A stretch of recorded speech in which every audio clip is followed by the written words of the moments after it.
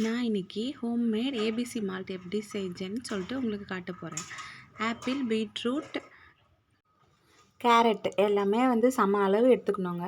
எடுத்துகிட்டு மூணுத்தையும் தோலை சீவிட்டு நல்லா கழுவிட்டு நல்லா துருவி வச்சுருக்கேன். துருவிட்டு இப்போ இந்த மாதிரி அதை எல்லாத்தையும் மிக்சியில் போட்டு அரைக்கணும்.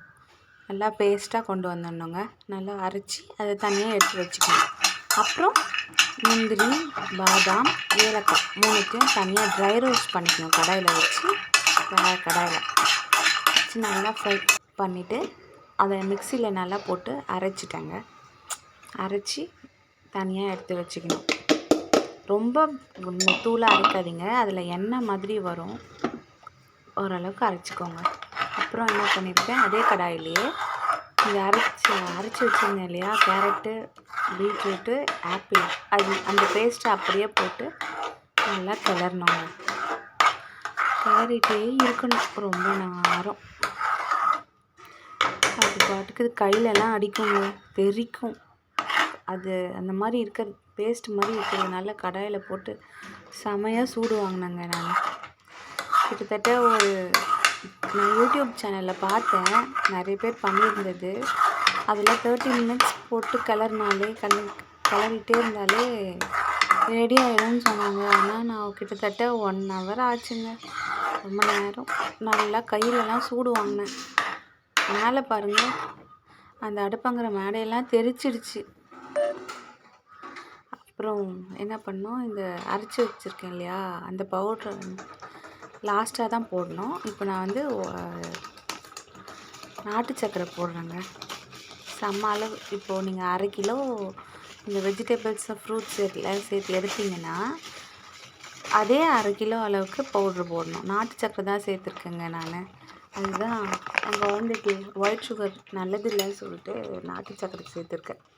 நாட்டு சர்க்கரை சேர்த்து கலர்னதுக்கப்புறம் திருப்பியும் இன்னும் கொஞ்சம் தண்ணி விட்ட மாதிரி ஆகிடுங்க. நல்லா மெல்ட் ஆகும் நாட்டு சர்க்கரை. அதனால் இன்னும் ஈரமாகிடுச்சு எனக்கு. அதுக்கப்புறம் இன்னும் ரொம்ப நேரம் அடுப்பை சிம்மிலே வச்சுக்கோங்க, இல்லைன்னா கொஞ்சம் ஸ்பீடாக வச்சுக்கோங்க. ஆனால் தட்டு போட்டு மூடிடுங்க. மூடிட்டு அப்படியே கிளறிட்டே இருந்தீங்கன்னா அதுக்கப்புறமா தாங்க அவங்க வருவாங்க. நல்லா கிளறிட்டே இருக்கணுங்க. இதை பாருங்கள், கிளறி நான் எடுத்துகிட்டு வந்துட்டேன். இந்த பதத்துக்கு தான் எடுத்துகிட்டு வந்தேன். எடுத்துகிட்டு வச்சு ஃபேன் காற்றுல வச்சு கிளறிட்டே இருக்க சொன்னாங்க யூடியூப் சேனலில். அதனால் கிளறி பார்த்தேன், எனக்கு வரவே இல்லைங்க ஃபஸ்ட்டு. அப்புறம் என்ன பண்ணேன், 2வது வாட்டி திருப்பியும் போய் கடாயில் வச்சுட்டேன். அடுப்பில் வச்சு திருப்பியும் கிளறி ரொம்ப நேரம் கிளறினதுக்கப்புறம் கொஞ்சம் கெட்டியாச்சுங்க. அது பாருங்கள் என்ன பதத்தில் இருக்குதுன்னு பாருங்கள். இந்த மாதிரி கெட்டியாச்சு. நான் செகண்ட் டைம் இது அடுப்பில் வச்சு எடுத்துகிட்டு வந்தேன். அதனால தான் இப்போ இந்த பதம் வந்திருக்கு. இப்போ பார்த்தீங்கன்னா நல்லா பாருங்கள், கிளறி விட்டேங்க. கிட்டத்தட்ட ஒரு 20 நிமிஷம் 25 நிமிஷமாக கிளறி விட்டுட்ருந்தேன். அதுக்கப்புறம் தாங்க கொஞ்சம் நல்லா இந்த மாதிரி பவுடர் இதுக்கு வந்துச்சு. அது நல்லா போட்டு கிளறி விட்டேன். அது நல்லா நான் ஏசி போட்டுருந்தேங்க. ஏசி போட்டுட்டு ஃபேனை போட்டுட்டு கிளறினதுக்கப்புறம் தான் கொஞ்சம் சீக்கிரம் ஆச்சு. இல்லைன்னா அதுக்கூட இன்னும் லேட்டாக தான் ரெடி ஆகிருக்கும் போல். அவ்வளோதான் ஃப்ரெண்ட்ஸ். இந்த மாதிரி ஆனதுக்கப்புறம் அதை போட்டு நல்லா மிக்ஸ். இப்போ பார்த்தீங்கன்னா நல்லா நமக்கு பவுடர் மாதிரி கிடச்சிருச்சு. பாருங்கள் எவ்வளோ அழகாக உதிரியாக கொட்டுது. அதை நான் மிக்சியில் அரைக்கணும். மிக்சியில் அரைச்சதுக்கப்புறம் நல்லா பவுடர் பேஸ்க்கு வந்துடுச்சுங்க. அது இல்லாமல் என் பொண்ணுக்கு ரொம்ப பிடிச்சிருந்துச்சு இந்த டேஸ்ட்டு. இதை பாருங்கள், நான் மிக்சியில் அரைச்சி எடுத்துகிட்டு வந்துட்டேன். ஆக்சுவலாக அரைச்சி ஃப்ரிட்ஜில் வச்சுட்டேன். நான் லேட்டாக தான் இந்த வீடியோ எடுத்தேன், லாஸ்ட்டு வீடியோ மட்டும். இப்போது நான் கலக்கிறேன் பாருங்கள். அழகாக இதை ஒரு டம்ளருக்கு 1 ஸ்பூன் போடலாம். நான் ஒரு 1.5 ஸ்பூன் போட்டிருக்கேன். போட்டுட்டு நல்லா பாலை ஊற்றி